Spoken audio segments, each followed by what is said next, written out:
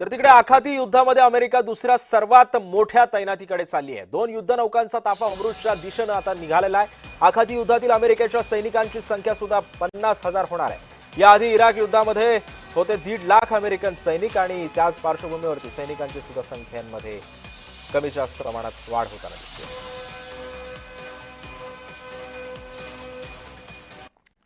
Iran आणि हुती एकत्र येण्याची शक्यता आहे।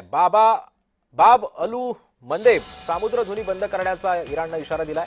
बाब अलू मंदेब सामुद्रधुनी इराणपासून दूर आहे। येमेनमध्ये येमेन हुती दहशतवाद्यांसह कारवाईचा इशारा सुद्धा इराणने दिलेला आहे।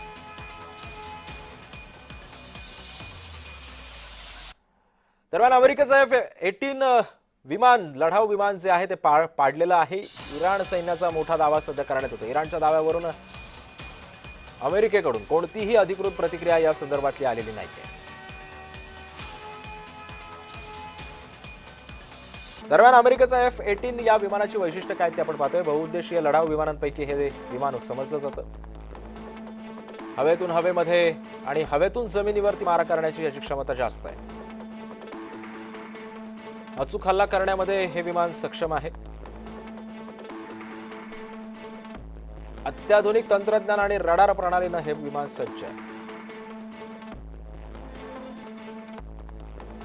गाइडेड क्षेपणास्त्रानं सज्ज असं हे विमान आहे। ताशी 2000 किलोमीटरचा वेग या विमानाचा आहे।